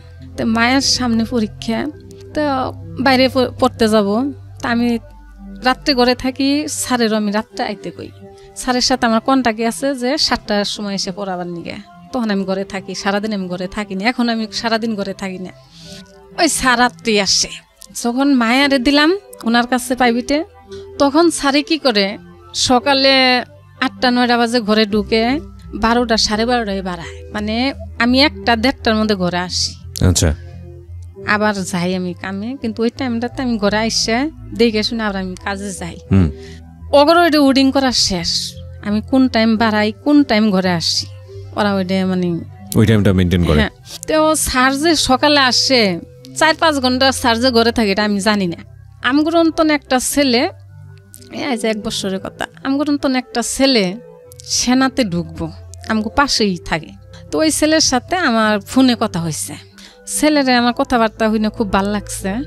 তা আমি মনে করলাম কি যে যৌতুক তো আমার এমনিও নাকবো, এমনিও নাকবো। যদি একটা চাকরিজীবী ছেলে হয়, তাহলে আমার যৌতুক গেলেও আমার লাভ আছে, আমার মেয়ে তো সুখে থাকবো। ঈদ আসলো, গেছে ঈদ, ঈদের সময় আমরা বাড়িতে গেলাম। যার পর ওই ছেলে আমাদের বাড়িতে আসলো, মেয়েরে দেখলো, ছেলেও মেয়েরে দেখলো। তো হ্যাঁ, দুজনই ভালো। তো ভালো কথাবার্তা হইলো। 1 সপ্তাহ আমরা বাড়িতে থাকলাম, ছেলেও পড়ার সময় আমার কাছেই থাকলো। তা কথাবার্তা হইলো যে তুমি চাকরি নেও, তুমি যখন চাকরি পাবা তখন তোমার সাথে আমার সম্পর্ক আলাদা হবো। কিন্তু এখন তো কোনো কিছু করার মতন নাই। কয়েঠে থুয়ে আসলাম। আসার পরে ঢাকা আসলাম, আসার পরে ফোন দেয় আমার মেয়ে জইলেপুরে জায়গা কিনাইছে, ঢাকা করবা নাকি, ইন্টারভিউ দেবেন নাকি ওই চাকরির জন্যে। তা আমারে বলছে যে আন্টি, আমি আপনার বাসাতে ঘুরে যাম, আমার একটা এলাকার ছেলে কি আমার বাসায় আসতে পারবো না? তা আমি মন রয়েছে অন্যরকম। আমি বললাম যে আইসে বেড়াই যাই, মানে এনে যে স্যারের সাথে যে খটকা আছে এটা আমি জানি না। আপনি তখনও জানেন না বিষয়টা? আচ্ছা, এই ছেলের সাথেও আমার সাথে একটু গ্যামজাম থাকে, কি নাকি পড়াশোনা করে না। আমি প্রতি মাসে 2000 করে টাকা দিলাম স্যারেরে, ভালো একটা রেজাল্টের জন্য, যে তোর একটা ভবিষ্যৎ। আমি কষ্ট করছি, তোরা তো ভালো থাকবি। আজকে যদি তুই পড়াশোনা করে আইগেবার পাস, আমার মতো তো এরকম কামলা খাটা লাগবো না। আর তুই যদি আমার মতো থাকস, তাহলে তো তোর আমার জন্য কষ্ট বেশি করা লাগবো। আমি তো যে কোনো রাস্তায় দাঁড়াই আসছি, তুই এমন রাস্তা নাও পাইতে পারস, এর জন্য খারাপও হইতে পারস। তো এলির জন্য আমার সাথে গেম, আমি পোলাপানের সাথে কেস করি, অনেক কেস করি, খালি পড়াশোনার জন্যে। পড়াশোনা করলে আমার কোনো মাথা গরম হয় না। কিন্তু যখন দেখি যে না, ওরা আমার পয়সারে কোনো দাম দিতেছে না, ওরা আমারই খালি ক্ষতি করবো, ওরা নিজে ভালো হবো না, তখন আমার মাথা গরম হয়ে যায়। আমি যে 7-8টা বাসায় কাজ করি, আমার মানুষ অনেক কথা কয়। আমি যদি একবেলা না যাই, মানুষ অনেক exactly that is the point. আমার বাসায় অনেকেই কাজের লোক আছেন এবং তারা র্যান্ডমলি চেঞ্জ হন, এবং কখনো দেখা যায় যে আমরা স্যাটিসফাইড থাকি না তাদের জবের কারণে বা যেভাবে পারফরমেন্স করা দরকার, কখনো দেখা গেলো যে সে স্যাটিসফাইড থাকে না, এই কারণেই খুব র্যান্ডমলি চেঞ্জ হয় এবং অনেক বাসাতে এটা হয়।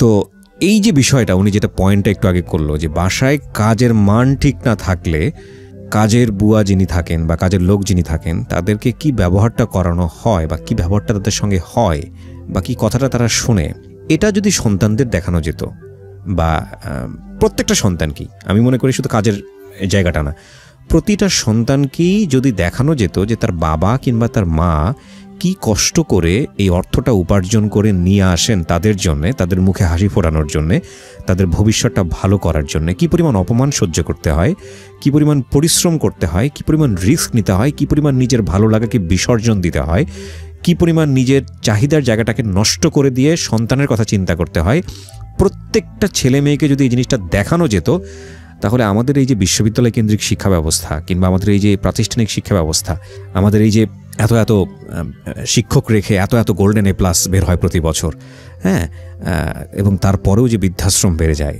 তারপরেও যে এত এত সমস্যা সমাজে বাবা মাকে আমরা দেখি না, হ্যাঁ, আমার মনে হয় না যে এটার আর প্রয়োজন হতো।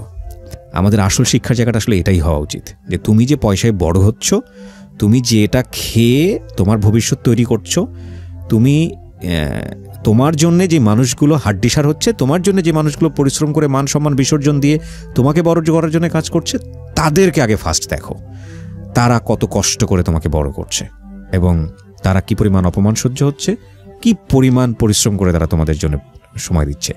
এই শিক্ষাটা আগে প্রথমে নাও। মানে তাদেরকে যদি এই সন্তানটা রেসপেক্ট করতে পারে, অটোমেটিক্যালি সমাজের বাকি সদস্যদের প্রতি তাদের রেসপেক্ট চলে আসবে। আনফর্চুনেটলি আমাদের শিক্ষা ব্যবস্থায় কোথাও মাকে নিয়ে বড় কোনো চ্যাপ্টার নাই, কোথাও বাবাকে নিয়ে বড় কোনো চ্যাপ্টার নাই, এবং কোনো বইই নাই। আমাদের এই জায়গাটাই যদি শিক্ষা না থাকে পরিবারের, যেই মানুষটা আমার জন্য সারাটা জীবন দিয়ে দিল, তাকে আমি রেসপেক্ট করি না, তার পয়সার মূল্য আমি দেই না, হ্যাঁ, সে কি বলে সেটা আমি শুনি না, তাহলে এই ছেলে এই মেয়েরা বড় হয়ে সমাজের জন্য কি করবে, সেটা তো আরও অনেক পরের বিষয়, তাই না? সো এই জায়গাগুলো খুব আমরা কেন জানি ওভারলুক করে গেছি। সচেতনভাবে করেছি নাকি অসচেতনভাবে করেছি, কিন্তু এই জায়গাগুলো আমাদের ফোকাস করা উচিত। জি, আপনি যেটা বলছিলেন যে আপনার ছেলের প্রতি আপনার একটা কষ্ট আছে, আমি ওর কথা শুনবো ইনফ্যাক্ট শেষের দিকে গিয়ে। মেয়েটার কি হলো তারপরে যে বাড়িতে আসলো? হ্যাঁ, হেই মেয়ে পরে আমার একদিন মেয়েদের হাতেও কেসকেসাইছি আমি দুপুরে, আমার বাড়ি এলি ডাইকে নিয়ে আমার বলতেছে, কয় আপা আপনার একটা কথা কম। আমি কই কি করবেন? কয় আপনার মেয়ে যে বিয়ে করতে চায় না, আপনার মেয়ের সমস্যা আছে। কি সমস্যা? আপনি তো ঘরে থাকেন না, একটা টিচার ঘরে 5-6 ঘন্টা কি করে, কি পড়ায় আপনার মেয়েরে? আমি কই কখন আসে? কয় আপনি যান 6টা বাজে, আর আপনার টিচার আসে ঘরে 7টা-8টা বাজে, আর বাড়ায় আপনার টিচারে 12টা 12:30 বাজে, মানে যখন আপনি আসবেন তার আগে তখন থাকে। তা আমি মেয়েরে জিজ্ঞেস করলাম, তোমার তো আমি এতদিন পালছি, তুমি এসএসসি পরীক্ষা দেবা, হয় তুমি কেউরে পছন্দ করে হেরা আমার সামনে নিয়ে আমি বিয়ে করাই দিম, তোমার পছন্দিতেই বিয়ে হবে, কিন্তু বিয়ে করতে হবে এখন। আর আমি তুমরে বুঝার এত বাইতে পারবো না। তুমি যে আমার বলো যে 5 বছর পড়াশোনা করে তারপরে তুমি বিয়ে করবা, 5 বছর তো আমি মরমু, আমি আর কদিন তুমি করে কাম করে খাওয়াম, আমি আর কাম করতে পারবো না, আর তোমার বিয়ে করতে হবে আমার মাথায় ছিলাম। আপনি বলছিলেন যে বিয়ে করতে হবে আপনার মেয়েকে, তারপর পরে আমার মেয়েরে আমি এই কথাই চাপ দিলাম যে আমার পছন্দিত না, তোমার যে পছন্দিত আছে তুমি হেরেই নিয়ে হ, আমি তোমার বিয়ে করাই দেবো, আর তোমার যদি পড়াশোনার সমস্যা হয় আমি দেখবো, আচ্ছা তাও তোমার বিয়ে করতে হবো। আমার গাড়ির রূপে এত চাপ আমার সহ্য হইতেছে না। পরে কয় 5টা বছর আমার পড়াও, 5 বছর পরে আমি বিয়ে করব। মানে 5 বছর হইলো ওই ছেলে, মানে এই মাস্টার এখন আছে, পরে 5 বছরও পড়াশোনা করবো, হ্যাঁ, আর ও মানে 5 বছর অনার্স পর্যন্ত পড়বো, তখনকে বিয়ে করবো। এই কথা হইনি আমি করলাম যে মাস্টার সকালে আসে কেন? আমি আর কই না যে এই ঘটনা আমার অমুকে কই দিছে, আমি এটা কই না, আমি এর ভিতরে রাখে দিই, আর ভিতরটা মনে আমার জইলে পুড়ে যায় ওগরেলি দেখে। কয় মাস্টার আহে সকালে রাশিদুলের সাথে আমার সাথে একসাথে পড়াইতে পারে না, ঝামেলা হয়, এই জন্য মাস্টার আহে। মাস্টার যেন সকালে আহে না, আমারও এই দোষ রাহি, মানুষের দোষ দিয়ে দরকার নেই। তো যাকে আবার কিছুদিন গেছে, এর সাথে এমন ব্যবহার যে আইসে ঘরের দরজা আটকে এসেছে, ঘরে ঢুকতেই দিতেছে না। আমি কই ও যদি বিয়ে নাও করে, যদি আমার সাথে বিয়ের কোনো সম্পর্ক নাও হয়, ও তো আমার এলাকার ছেলে, ও আমার কাছে আসতে পারবো, আমি ওর কাছে যাইতে পারবো। আমার যদি হুনি মরতাছে তাহলে আমি অবশ্যই দৌড়াম, ওর হাতে আমার কোনো সম্পর্ক দরকার নেই, আমার একটা এলাকার ছেলে। তো তুমি এইরকম করতেছো কেন নিকে? কেউ যদি এই ঘরে আমি বিষ খাই মরম।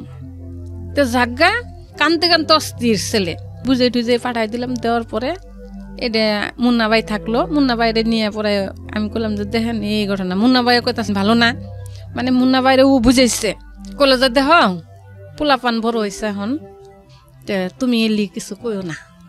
আমি আর মুন্না ভাইয়ের কাছে বলতে পারলাম না যে ওর সাথে মাস্টারের সাথে সম্পর্ক আছে, মানে এই জিনিসটা আমার মুখ আর আসলো না। আচ্ছা, নিজের মেয়ে তো হাজার হ্যাঁ, আমি এটা মানে ভিতরেই রেখে দিই। জি। তো ফুন্দে ফুন্দে কান্দে, আন্টি আন্নগর সাথে আমি একটা আত্মীয় করতে চাইছিলাম, আপনারা আমার ফালাই দিলেন। তো বাবা তুমি ধৈর্য ধরো, তুমি ই করো না, একবারে তুমি মনে করো না যে এটা বাদ গেছে গা, মানুষের মন ঘুরতেও পারে। আর যদি নাই ঘুরে তুমি আমার আন্টি ডাকছ, আমিও তোমার ছেলের মতোই দেখব, তুমি আবার যাবা, কোনো সমস্যা নেই। আলামিনের বুঝিয়ে দিলাম। দেওয়ার পরে এই যে আমি বারণ করলাম যে স্যার জানি সকাল আসে না, কিন্তু স্যার আল্লাহর 30 দিনই সকাল আসে। আমি ওই টাইমটা ঘরে থাকতে পারি না, আমি 6টা বাজে যাই, আমি এক ফিরে ওই কয়টা বাজে 12টা বাজে, মানে তখন আমি এক বাসার তনে বাড়াইয়া আরেক বাসায় যাই। তখন আমি একটু বাসাটা খুঁজে যাই। এর আগে আমার বাড়ানোর কোনো কায়দা নাই, আমি সকাল 6টা বাজে ঢুকি, 12টা পর্যন্ত আমার কোনো কায়দা নেই, আমি বাড়াইতে পারি না। একদিন আমি 10টা বাজে বাড়াই আসছি, বাসায় এসে দিই যে স্যার ঘরে। আমার তো শরীরে কাপড়ে গেছে, যে মানুষে যে কয় মিথ্যা তো কয় না। তাই আমি আর স্যারের কিছু কইলাম না। স্যার যখন গেল তখন মেয়ের আমি কইলাম যে তোমারে কয়দিন না করছিলাম যে স্যার যেন সকালে আসে না, স্যার তো সকালে ডেলি দিনে আসে, তাহলে যদি আমার যদি কেউ কয় এটা কি মিথ্যা হবো না সত্য হবো, তখন আর কথা বলে না, কয় আজকে তো নাড়াবো না, বালা পড়ায় তো এই জন্য তোমার সমস্যা হয়, আজকে তো নাড়াবো না। আচ্ছা, আবার কিছুদিন যায়, সারা হেই মানে ও আমার না করে, আমি তাই মানি যে আসলে আহে না। তো বাড়িওয়ালা খালি মানে আমার মেয়ে দেখে আমি কিভাবে চলি, আমার চলন ফিরন দেখে উনি মায়া করে আমার রূপে। তখন বাড়িওয়ালি খালি চিন্তা করে যে একটা পোলাপান যদি ডাক দেয় তাহলে কি হবো, হয়তো ফিডিং খাবো, নয় বিয়ে শাদী হলে রাখবো না, তাহলে বেটির জীবনটা নষ্ট হবো। বাড়িওয়ালি আর কিছু করে না করে আরেকদিন আমার বলতেছে, কয় আপা আপনার কি কমু? আমি কই কি কন? কয় আপনার মেয়ের পরিস্থিতি খুব খারাপ, কয় আপনার মেয়ে স্যার যে ঘরে আহে দরজাতে বয়ে থাকে, আমি আপনার ঘরে ভাড়া দিচ্ছি যে আমার সাথে একটু কথাবার্তা বলবো, আপনার মেয়েটারে দেখে আমার পছন্দ হয়েছে, আমার সাথে একটু বয়ে থাকে, আল্লাহ গল্প করব, কিন্তু স্যার যায় ঢুকে ও দরজা মাইরে বইয়েই থাকে আর বাড়ায় না। তাহলে এনার ভাঙ্গার কিছু আমার কওয়া লাগবো? যাক আমি বাসাটা ছাড়ে দিলাম। আমার এলি হুনতে না, আমার খুব খারাপ লাগে দেখে বাসাটা ছাড়লাম, ছাইরে হুনতন আর একটু সামনে আসলাম। আসার পরে আমি সেপারেট রুম নিলাম। আপনি টিচারকে বাদ দিচ্ছিলেন না কেন? না, টিচারের বাদ দিমই যে আর পরীক্ষার সামনে, এই জন্য বাদ দিবার পাইতাছি না। এ তো ঘরে পড়তে বসেই না, ওই টিচারে যে জল্লা পড়ায় ওই জল্লাই, তাছাড়া ঘরে পড়তে বসে না। পড়ার কথা কইলেই মনে করুন উল্টা পাল্টা কথা কয় আমাদের। তা স্যারের বাদ দিম খালি, ওর পরীক্ষার জন্য খালি ধৈর্য ধরে আসছি। রুম সাইডে দিলাম, দিয়ে এনে আইলাম। আইলাহারে মেয়েরে কইলাম যে দেহ মান সম্মান জিনিস কিনতে পাওয়া যায় না, এতদিন নয় বাড়িয়ালি আসছিল তুমগরে দেখছে বা কইছে, এখন কইলে কেউ নাই, কেউ কবও না, কেউ দেখবো না, তুমি নিজে নিজে আনছে বয়ে যাও। আমি কই স্যারের কল কিছু কইতে পারবো না, স্যার ওর সমান। আচ্ছা, আপনার ছেলের সমান, রাশেদুলের সমান। আচ্ছা, দুজন এক সমানই পরে দেহ স্যারের কিছু কইলে কিন্তু মান সম্মান করলে থাকবো না। স্যারের আমি কিছু কইতে চাই না, তুমি সাবধান হও। তুমি এটা কথা কও, আমার কি স্যারের সাথে কোনো সম্পর্ক আছে? স্যার তো স্যারই, স্যারের সাথে আমি কি করব কও? তাহলে দেখেন মেয়ে আর মা, তা কি বুঝবো এর মধ্যে? তো যাক, একদিন আমি বিকেল 4টা বাজে কাজে বাড়াই, 7টা বাজে আমি ঘরে আসি। তো 4টা বাজে আমি কাজে গেছি, 5:30 বাজে আমি ওই দিন আয় বসছি ম্যাডামের কয়ে, মানে আমার যা কাজ আমি অতি তাড়াতাড়ি কাজ করে ম্যাডামের কইছি যে ম্যাডাম আমি বাসায় যাবো আজকে। তো বাসায় আইসি, আয় দিই স্যার আমার ঘরের মধ্যে এই আচারে ডিব্বে ডাব্বি ভাঙ্গে ঘরের মধ্যে একেবারে অনেক খিসখান্ড করে আলাইছে। তো স্যারও বাথরুমে, মায়াও বাথরুমে। তা আমি আর কিছু কই না, ঘরের ঢুইকেই দেখি ওই অবস্থা। আমি গর্তনে বাড়াই, আমার শৈল অস্থির হয়ে যাইতেছে। আমি গর্তনে বাড়াইয়া বাজারে গেছি যে স্যার বাইরে যাবো গা, তখন আমি ঘরে ঢুকম। বাজার তনে ঘুরে এসে দেখি স্যার আসছি। আমি ঢুকলাম, স্যারে কয় আন্টি হয়েছে মায়া তো অসুস্থ। আমি আর কোনে যাই বেটা, তুই কি ডাক্তার? এটা আমার মুখ হারাইতেছে না, ওর সাথে আমার কোনো কথাই বলতে মন চায় না। ওরা আমি ছেলের জায়গা দিচ্ছি, আমি যত রান দিই আমি ওরে খাওয়ান দিই, 2 বেলায় খাওয়ান দিই। ও যা আসে আমি প্রত্যেক দিন ওরে নাস্তা দিই, আমি নিজে না খাইলে ওরে নাস্তা দিই। যে ও ছাত্র মানুষ, কষ্ট করে পড়াশোনা করে, ওই তো আমার মর্যাদাটা রাখলো না, আমার ওর সাথে কথা কইতে ঘৃণা করে। স্যার বাড়া একে লগা যাওয়ার পরে আমি ওরা জিজ্ঞেস করলাম যে স্যার এখন কে নিয়ে আইছিল? কয় মোবাইল নিতে আইছিল। আমি কই ঘরের মধ্যে এই অবস্থাকে? কয় বলে ঘরের মধ্যে আমার আত্মনে পড়ে গেছিল গা, আচারের ডিব্বে পড়ে গেছে। আমি কই তোমার না করছিলাম যে স্যার জানি ঘরে আহে না, 7টা বাজে যাবো। কয় স্যার আইসে তাই কি এসছে, মোবাইল নিতে আইসছে। আমি আর সহ্য করতে পারতাছি না, আমি বড় মেয়েরে ফোন দিলাম, মলি তুই মিরপুর আয় তো একটু। তখন আমার মেয়ে সাবার থাকে। কয় কে কি হয়েছে? আমি কই দেখ মায়ের যে এই কাণ্ড, আমি আর সহ্য করতে পারতাছি না, তুই আয়। পরে আমার মেয়ে রাইতে আইলে এক খাটে উঠবে, ও আরেক রুমে হইছে, আমরা 3 মাউজি এক খাটে হইছি। হইলে আমি মলিরে কইতাছি যে দেখ আজকে যে দৃশ্যটা আমার চোখে পড়ছে, স্যার বাথরুমে, মায়াও বাথরুমে, কিন্তু ঘরের মধ্যে আচারের ডিব্বেটা সব ভাঙ্গে ছেড়ে হালাইছে ঘরের মধ্যে এরকম। তা আমি যে ঘরে আসলাম, আসেই দেখি স্যার, কিন্তু আমি কর্তন বাড়াই গেছি গে। তারপরে ঘুরে আইসেও দেখি স্যার আসছে। স্যারে বলতেছে যে মায়া অসুস্থ। আমি তাও কিছু বলিনি। তখন আমার মেয়ে আমার গাইল পাসছে, আমার কইতাছে তুমি তো বালা না, তুমি যদি বালা হইতা তাহলে ওর ঘরের মধ্যে আটকাইতা। মানে বড় মেয়েটা? হ্যাঁ, তুমি ওর ঘরের মধ্যে আটকাইতা, তুমি ওরা জিজ্ঞেস করতা, তুমি ওর ছেড়ে দিলা কিনিগে। যে মা আমার ঘিন্নে করার সাথে কথা কইতা, আমার কথা বলতে মন চায় না। কয় তোমার মেয়ে হয়েছে খারাপ, মানুষের কয়ে লাভ নেই। তো মায়া তুমি কি করতে চাও? উনি কান্দ অস্থির। কয় বলে তোমরা এটাই কি কবার পাও, আমার স্যারের সাথে কোনো সম্পর্ক আছে? আমি স্যার তো স্যার, টিচার তো টিচারই, তোমরা কি কো, তোমরা ইলি কো, মানুষ আমার কব না। পরে আমার মেয়ে কইল যে মা চুপ করো। আমার মেয়ে ওই ছেলের নাম্বারে ফোন দিল, টিচারের নাম্বারে ফোন দিয়ে বলতেছে যে দেখ যে তুমি যে আজকে ঘরে আইছিলা, কেন নিয়ে আইছিলা? কয় মায়া অসুস্থ আছিল। কি অসুস্থ? বিষ খাইছিল। বিরতি নেব প্রিয় শ্রোতা, ছোট্ট একটা বিরতি। আপনারা শুনছেন জীবন গল্প, ঢাকা FM 90.4-এ। Nothing to say. হইতো তাহলে তুমি তো গর্তনে বাড়াইতে পারতা না, তখন তুমি কি করতা? তখন ওই ছেলার কোনো কথা নাই, ফোনটা বন্ধ করে থইছে। তারপরে আমার মেয়ের অনেক বুঝাইলো, আমার বড় মেয়ে, যে দেহ মায়া জীবনটা কিন্তু অনেক কিছু, তুমি আজকে যদি পাও পিছলে এক জায়গায় পড়ে যাও, তুমি আর জীবন উঠতে পারবা না। কিন্তু তোমার যে বয়স, তুমি কিন্তু ভেজাল করে ফেলাইছো অলরেডি 2 জায়গায়, তুমি কিন্তু বাঁচবা না। তুমি আমার মার কোনো কিছু রাখলা না, তোমার জীবনটাও নষ্ট করলা। তো যা হয়েছে ইন্তনে তুমি ভালো হয়ে যাওগা। ওই বাসা আবার ছেড়ে দিলাম, স্যারের বিদায় করে দিলাম। ওর পরীক্ষা হয়ে গেল, স্যার বিদায়। স্যার 8 দিন পড়াইছিলাম, পুরা মাসের টাকা দিয়ে দিলাম, দিয়ে কইলাম যে পড়ার না কোনা। ওর পরীক্ষা হয়ে গেল, জায়গা স্যারে কইল যে আন্টি আমি যদি কোনো ভুল করে থাকি মাপসাপ করে দিয়েন। আমি আর কোনো ভাইয়ের সাথে কোনো প্রত্যুত্তর করা কিছু না। 6 নাম্বার আমি বাসা নিলাম। 6 নাম্বার বাসা নেওয়ার পরে 1 রুম নিচ্ছি, কোয়ার্টার বাসা। তো 1 তারিখে গেছি, 2 তারিখ 3 তারিখের দিন আমার স্যারে ফোন দিচ্ছে, আন্টি আপনি কই? আমি বাসায়। কয় আমার তো একটু একটা বইয়ের দরকার আসছিল। আমি কই কিসের বই? কয় রাশেদের একটা বই লাগবো আমার। আমি কই তুমি বই নিবার কহ নাবা?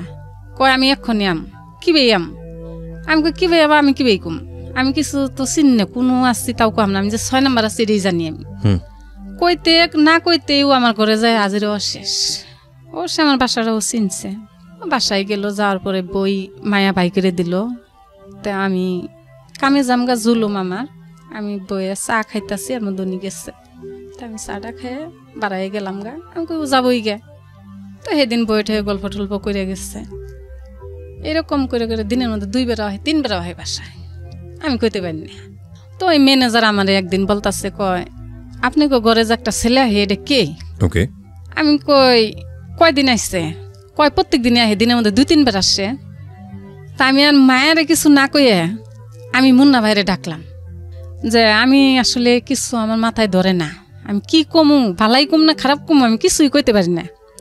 তো মুন্না ভাই আসলো, আসে এদের কি মায়ের পরীক্ষা কাছে এসে বসছে, মায়ের জুতা কিনে দিল, সব যা যা লাগে ওর সব কিছু কিনে দিল মুন্না ভাই কিনে দেহারে কইলো যে দেখো জীবনটা তোমার জীবনটা তুমি যেভাবে গড়াবা ওইভাবেই গড়ে উঠবো। তো আমি চাই যে তুমি পড়াশোনা করে আগেই যাও, তোমার মা যে কষ্ট করছে তুমি যাতে না করো, আমি ওইটাই চাই, তাছাড়া আর কিছু চাই না। তা তোমার মা যে আমার ডাকছে, কে নিকে ডাকছে তুমি কসনি? পরে কয় আপনি আমার কাছে শুনেন। পরে আমি কইলাম যে দেখেন মুন্না ভাই, এই ছেলের জন্য আমি 3-4 ভাষা পাল্টাইলাম, তখন হয়তো আমার দোষ ছিল যে আমি মাস্টার বাদ দিইনি কেন, কিন্তু আমি তখন মাস্টার বাদ দিইনি একটা কারণেই যে আমার ছেলের পরীক্ষা ছিল, এই জন্য আমি বাদ দিচ্ছিলাম না। কিন্তু এখন তো আমি বাদ দিয়ে দিচ্ছি, মেয়েরেও কুচিনে দিয়ে দিচ্ছি, এখন তো আমার স্যারের কোনো প্রয়োজন নাই। কিন্তু স্যার আমার এরকম করে ফোন দিল, ফোন দেওয়ার সাথে সাথেই উনি আমার ঘরে এসে বললো। তারপরেও উনি সেদিন গেল, তারপরে এখন এই যে দিনের মধ্যে 3-4 বার করে আসে, 2-3 বার করে আসে, এটাই কি? পরে মুন্না ভাই কইলো যে দেহ মায়া, তুমি যদি প্রেম করো রাস্তায় করবা, কোনো ছেলে ঘরে আসবো না। আর যদি কও যে না তুমি প্রেম করবা না, আম করে চয় যে তুমি বিয়ে করবা, তাই তুমি তাও করতে পারো। আর যদি কও যে না তোমার চয় যে তুমি বিয়ে করবা, তাও তুমি সেই ছেলে নিয়ে আসো, আমরা এখন তোমার বিয়ে দিয়ে দিম না। উনি মানে কোনো রাজি না, উনির কথা হলো 5 বছর পরে বিয়ে করবো। আচ্ছা, ওই 5 বছর ওই ছেলে ওরে যে বিয়ে করবো এর কোনো গ্যারান্টি আছে? ছেলে যখন একটা লাইনে দাঁড়াবো তখন আমি একটা কাজের লোক, আমার মেয়েটা যে বিয়ে করবো এর কোনো গ্যারান্টি আছে? Point, very important point. হ্যাঁ, তো যাক, এটাই মানে আমার টেনশন। 2 দিন কি করলো, ওই সন্ধ্যা নাগে আরো গর্তন বাড়ায় জায়গা যায়, আমার বাসার সামনে যে রাস্তার মাথায় যায়, বইয়া গল্প করে দুজনে, এই স্যারের সঙ্গে। হ্যাঁ, গল্প করে ওই পোলাপানে ধরে, মানে ঢাকা শহর বুঝান না কিরকম পোলাপান। জি, পোলাপানে ধরছে, ধরে পরে বাসায় নালিশ দিচ্ছে, মেয়েটা তো এই বাসায় থাকে, এই মেয়েটা এইভাবে প্রত্যেকদিন কথা কয় এই জায়গায়। ম্যানেজার বললো, আমি বললাম যে তোর কি এটাই কি কাণ্ড, তুই কি আমার কি মরতে কস না বাঁচতে কস, কোনটা কস? কয় না আমি আর যাম না কোনোদিন। যাক, ছেলেও মানে আওয়াজ একটু বন্ধ হইতে আসছে। জি, তা আমি বললাম যে যাক, আমি আর এত আজাব কুলিতে পারতেছি না, ছেলের বোন আছে, আমি ছেলের বোনের কাছে যাব। ছেলে আয়া পড়ছে আমার বাসায়, আপনি আমার বোনের কাছে কেন যাবেন? আপনি আমার বোনের কাছে যাবেন কেন নিগা? আমি কি দোষ করছি? আমি কই যে তুমি তো দোষ করো নাই, দোষ তো আমি করছি।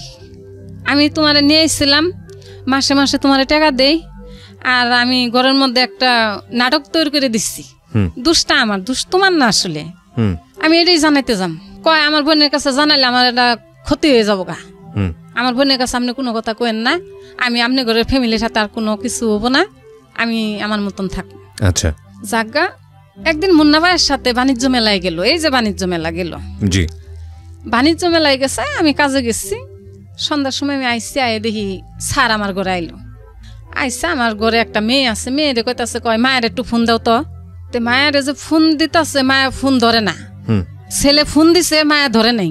ওই যে ভয় যে গেছে বাণিজ্য মেলায় গেছে, এটা জানা যাবো গা। জি, কিন্তু ছেলে যে আমার ঘরে, এটা তার মায়া জানতেছে না। এর মধ্যে এই ছেলে বয়ে থাকতে থাকতেই মুন্না ভাই আর মায়া আইসছে।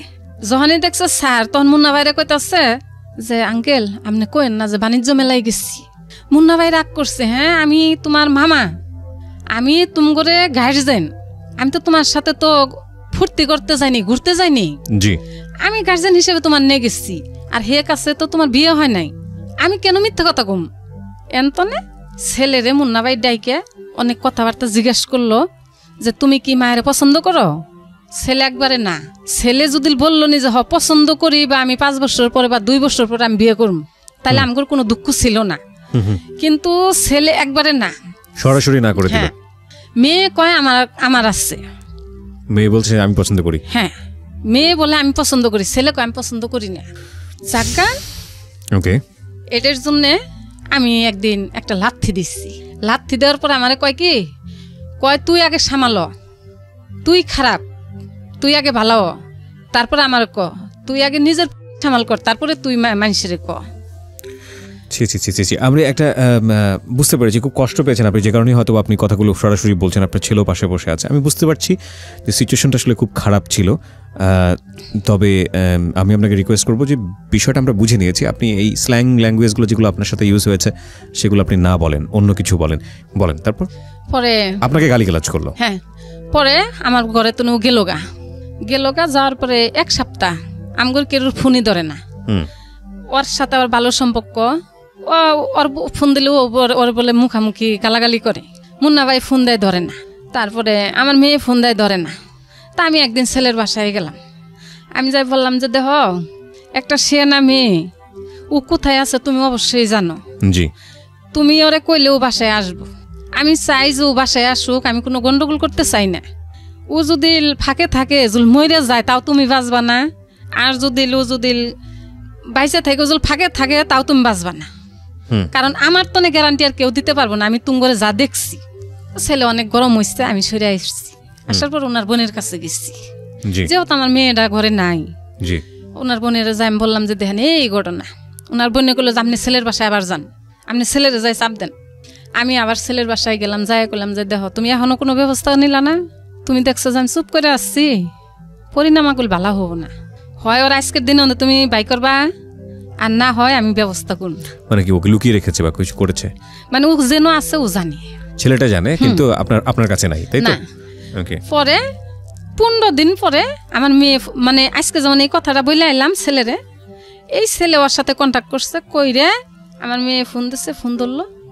ফোন ধরলো তুই কোথায়? কয় আমি ফার্ম গেট। কি করতেছ? চাকরি করি। যে তুই বাসাত কে আবি না? কয় বাসাত যামু। এই কতদিন করে ফোনই ধরে নেই। কয় বাসাত যামু। তাহলে বাসায় আহে, কয় টাকা লাগবো? কত টাকা? কয় 2000 টাকা লাগবো। আমি খাইছি থাকছি 1000 টাকা দিতে হবো। আমার মেয়ে 2000 টাকা পাঠাইলো, পাঠাইয়ে ও আসলো। আসার পরে এই ছেলে আমারে কি করলো, ও যে সকালে আইলো, রাত্রে আমার মেয়ের আর আমার হুদ্দে ডাইকে নিয়ে গেল বোনের বাসায়। বোনের বাসায় নিয়ে যায়, মানে এত যাবত যা করছে সব মিথ্যে, মিথ্যা প্রমাণ করলো। করার পরে আমার মেয়েরে, আমার বড় মেয়ে ফোন দিল যে স্যার যে এলি কথা কইছে এটা কি সত্যি?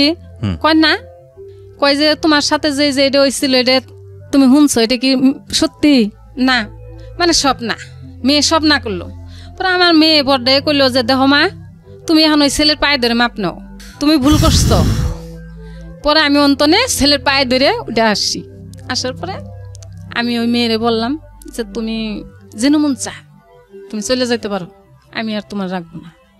তুমি কি করবো এটা তোমার ব্যাপার, ওটা আমার ব্যাপার না। পরে আমার বড় মেয়ে গাড়ি ভাড়া টাকা দিছে, পরে বাড়ি চলে গেছে। এখন আমি মেয়ে যা করছে, এখন আমি এই ফুলার জন্য বলি যে আমি যত কষ্ট করতেছি জীবনে, আমি শুধু অগরের জন্যই করছি, আমার নিজের সুখ চাইনি। এখন আমি চাই যে আমার ছেলেটা ভালো করে লেখাপড়া করুক, ভালোভাবে মানুষ হোক, আমার না দেখুক, আমার দেখার কোনো প্রয়োজন নেই। ওরা ভালো হোক। আমার কথা যে মানুষে কয় যে ওই বেটি কষ্ট করছিল, ওর একটা পোলা মানুষ করছে, আমি এইটুকু আর কিছু চাই না। এই ছেলেও ওই মেয়ের কথা শুনে আমার ধাক্কা দিচ্ছে, একদিন আমার মারবার গেছে, বুঝছেন? আমি এটাই চাই যে দেখেন আমি জীবনে যা কষ্ট করে আইছি, আমি সব কিছু ভুল করছি, কিন্তু আমার মতন জানি কোনো মা ভুল করে না। যদি কোনো মা সরে আসে, পোলাপান জানি নাথিতে থুয়ে আসে, কেউ জানি পোলাপান নিয়ে আসে না। আপনি বললেন তো, তারপরও মারা কেন জানি পারে না, এবং মাকে আল্লাহ পারতে দেয় না। কারণ মা যদি সন্তানের কাছ থেকে সরে যায়, তাহলে পৃথিবীতে আমি জানি না, মানে নৈরাজ্য যেটা বলে সেটার এক্সট্রিম রূপ হয়তো মানুষ দেখবে, হয়তো কিয়ামতের সন্নিকটে হয়তো এরকমই হবে। কিন্তু একটা কথা আপনি রাশেদকে নিয়ে একটু আগে বললেন যে আপনাকে গায়ে হাত তুলতে গেছে বা এরকম কোনো কিছু, কি হয়েছিল? ঘটনাটা কি ছিল? ঘটনা মানে ওই যে পড়তে বসে না। আচ্ছা, পড়তে বসে না, দুজনের হাতে ক্যাচ করি। আমি সারাদিন কাম করি, ঘরে এসে দেখি যে এই অবস্থা, তখন আমার মেজাজ খারাপ হয়ে যায়। খুব স্বাভাবিক, খুব স্বাভাবিক। হ্যাঁ, পাগল হয়ে যায় যে আমি হাঁটতে পারি না। এখন আমি এত কাজ করছি যে আমার শরীরে কোনোদিন কনে কাজ করছি, এখন আমি হাঁটতে পারি না, আমার এই সাইডটা অবশ্য হয়ে যায়। তে ওই 1-2 কথা নিয়েই আমি ওরে মারছিলাম, গালের মধ্যে চড় দিচ্ছিলাম, এই জন্য আমার মারছিল। এখনো 4 মাস, 9-এ পরীক্ষা দেয়া 4 মাস স্কুল কি জিনিস কইতেই পারবো না, বই কি গুছে বহে কইতে পারবো না। ও গেল গা নবীনগর চাকরি করব। আমি ফোন দেই যে তুমি আয় পর, তুই আয় পর, তোর চাকরি করন লাগবো না, তুই পড়াশোনা কর। 2 মাস কাটাই আইসছে, আই আবার বাড়িতে যায় 1 মাস কাটাই আইলো। তারপরে যা আইসছে, তুই পড়তে বহস না, পড়তে বহস না। মানে পড়লে আমার মন শান্তি, উজুল পড়তে বহে মনে হয় যে আমার জীবনটা ওরে দিয়ে দিম। আমার এমন নাকি সময় সময় যে ওর কাছে তার কিছু চাই না। আমি সেদিন ওরা বুঝাইছি যে দেখ বাবা, আমি কি তোরে কোনোদিন কইছি যে তুই কেরোর একটা টেহা চুরি করে না আমার দে, বা কোনোদিন কইছি যে কেরোর তোর একটা জিনিস চুরি করে না আমার দে। তোরা কেড়ে আমার সাথে এরকম করস? তোর সাথে তো আমি ক্যাশ চাই শুধু একটা কারণে, তোর স্বার্থের জন্যে, যে তোরা মানুষ এই জন্যে। এই যে এখনো কোচিনে ভর্তি করাই দিচ্ছি, কোচিন তো যে আহে আয়া রাইতে কি করে আধা ঘন্টা পড়লে কি ওর পড়া হবো? ক্লাস 10-এর একটা ছাত্র 4 মাস পড়ে নাই, সামনে পরীক্ষায় বসছে, আধা ঘন্টা সময় পড়লে পড়া হবো?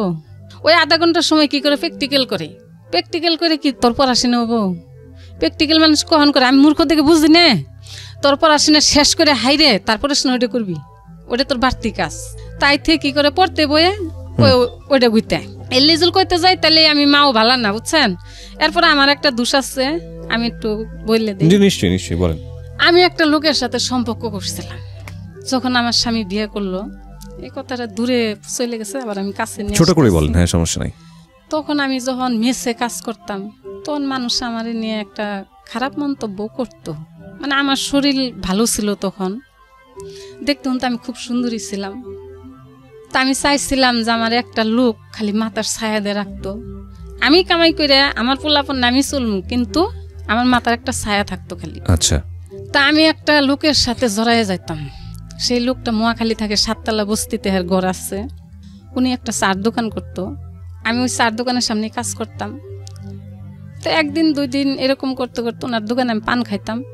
তো ওনার সাথে কথাবার্তা কইতে কইতে উনি আমার পুরা হিস্টোরি শুনতো, আমি কিভাবে ঢাকা আসছি, তো সব কিছু শুনতো। না পরে কইতো যে আসমানি তুমি একটা, আমার হেরা আসমানি করে কইতো সবাই।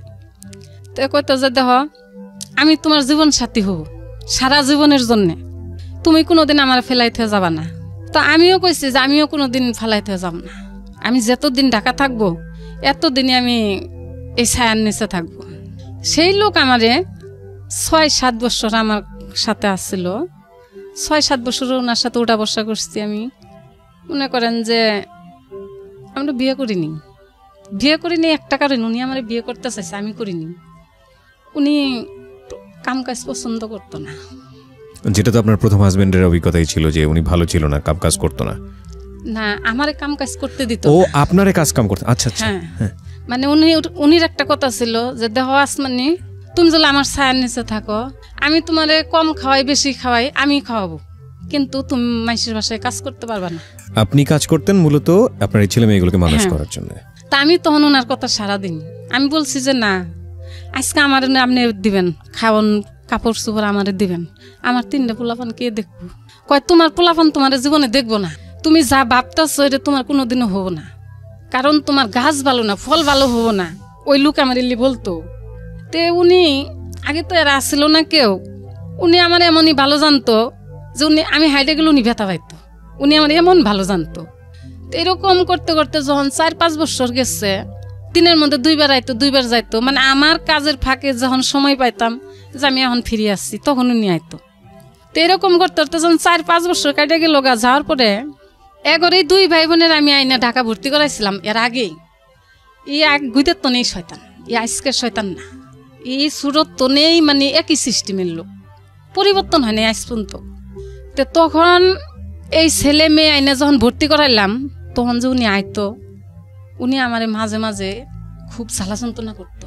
কি জ্বালা যন্ত্রণা, ওই কাজে গেতাম যে উনার ওইটা সহ্য হইতো না। উনির একটা কথাই ছিল যে আমি তো তোমার টাকা পয়সা খাম না, তো তুমি কামাই করে কারে খাওয়াবা? তুমি সুখ চাও, আমিও সুখ চাই, তুমি বাইরে যাইতে পারবা না, কামে তোমার যাওয়া যাব না। তোমার পোলাপান আগে ছোট আছিল, এখন বড় হয়েছে, তোমার আর এলি করো না। কিন্তু আমি এটা মাইনে নিতে পারিনি কোনোদিন, এবং সে পর্যন্ত আপনার সম্পর্কটা নষ্ট হয়ে গেছে। আমি গল্পের একটা শেষের দিকে চলে আসতে চাই, এবং আপনি নিজেও শেষের দিকে চলে আসছেন। গল্পের শেষটা হচ্ছে রাশেদকে নিয়ে। রাশেদ, তুমি তো আজকে পুরো গল্পটা শুনলা তোমার মায়ের কাছ থেকে, তোমার কি বলার আছে? মানে তুমি শোনার পরে তোমার অনুভূতিটা কি? তুমি তো এখন অনেক বড়, 17 বছর বয়স, 18 বছর বয়স। তোমার মা যেগুলো বলেছে সেগুলো নিয়ে যদি তোমার কিছু বলার থাকে, তোমার যদি মনে হয় যে না মা যেটা বলেছে সেটা ঠিক বলে নাই, আমার সাথে ঠিক মতো আচরণ করে না, তুমি সেটা বলতে পারো, কোনো সমস্যা নেই। তোমারও বলার রাইট আছে, কারণ তোমার জায়গা থেকে তুমিও অনেক কিছু চাও হয়তো বা, সেটা তুমি